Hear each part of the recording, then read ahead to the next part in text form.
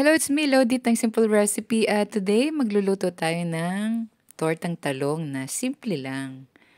At sa isang bowl, magbati tayo ng 2 egg.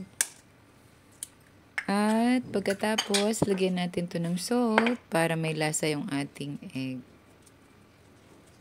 At pagka bati na natin ng egg, iset aside natin at i-check natin yung nilaga ko ng talong.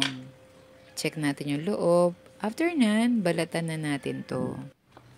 At gamitin natin yung fork para i-mash natin yung talong. And then, ilagay natin dun sa bowl na merong egg. Para ma-absorb niya yung egg ng talong.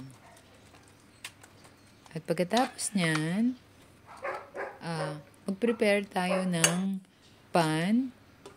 At lagyan natin ng mantika. Na gustong dami. And then, i-fry na natin yung ating eggplant. At unti-unti, lagyan natin ng egg yung ating eggplant para mas masarap maano siya, ma-egg siya. Oo. At baligtarin.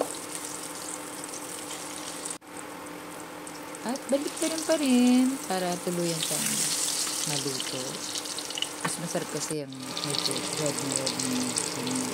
At yun lang po, almost done na siya at napakasarap. Maraming po salamat sa panonood sa akin channel. Huwag kalimutang mag-subscribe. Ingat lagi. God bless you all.